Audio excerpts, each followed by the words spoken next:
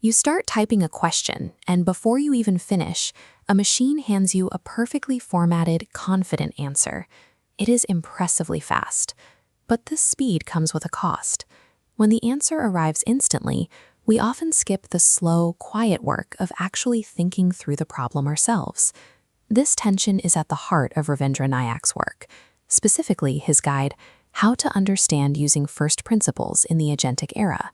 He writes for the quiet learners, those who want to hold on to their own clarity while the digital world grows louder and faster. Think of our current relationship with technology like a high-performance vehicle. We have built an engine capable of 200 kilometers an hour, and we are thrilled by the velocity. The trouble is, we are driving without having decided on a destination. Steering safely requires us to trade blind trust for a more structural approach.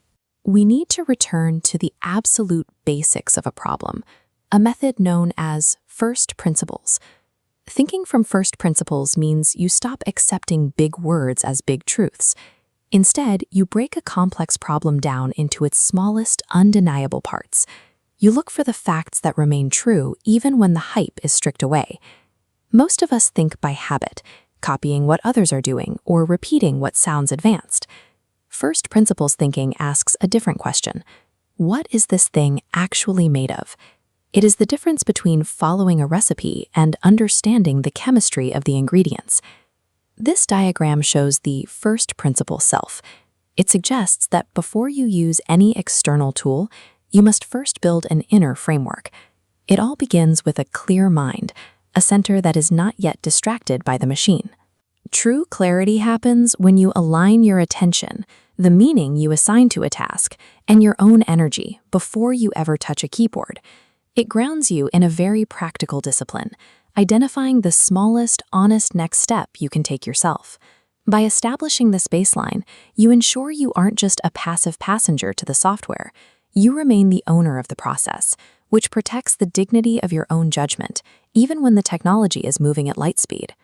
We are seeing a shift in AI. It is moving from simple chat boxes to agents, systems that plan a series of steps, use other software, and make decisions on your behalf. These tools don't just talk, they act. This move towards autonomy carries a new kind of weight. Because these systems can execute tasks, a mistake moves from a typo on a screen to an error in the real world, a misrouted payment, a deleted file, or a broken commitment. Every agent follows a specific loop.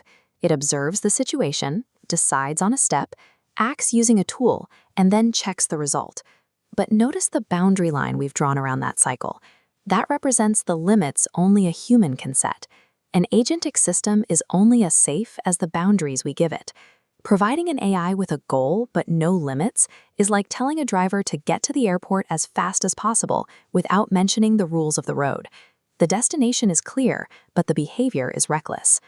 Nayak tells a story about Ayan, who asked his AI agent Neela to create a project plan. Instantly, he received a flawlessly polished, complex flowchart. It looked so professional that Ayan felt a sudden surge of confidence and productivity. But before he could share it, a colleague stepped in with a few simple questions. Who verified these names? How were these constraints chosen? Does this plan reflect our specific goal, or did the machine just fill in the blanks? When Ayan looked closer, he realized the entire plan was built on hollow assumptions. The machine had optimized for speed and formatting, and in his excitement, Ayan had let the tool replace his own understanding of the project. This is the vital lesson of the agentic era. Fluency is not the same as truth. We have to be careful not to mistake a polished output for wisdom, or a helpful tool for a replacement for our own minds. The human logic blueprint is a commitment to the right order of operations. It reminds us to build the human mind before we use the machine, and to set the ethical boundary before we allow the system to act. This returns us to the concept of meaning. In a world of automated tasks, the human role is to be the final evaluator. We aren't just checking spelling, we are weighing the consequences and the honesty of the work. To stay in control, follow a simple 7-step method. Stop. Strip away the jargon. Ask what is actually true. Set a boundary. Let the machine work. Review the result. And finally, repair any mistakes. The future belongs to people who can use machines efficiently while fiercely protecting their own judgment. You can find Ravindra Nayak's guide below.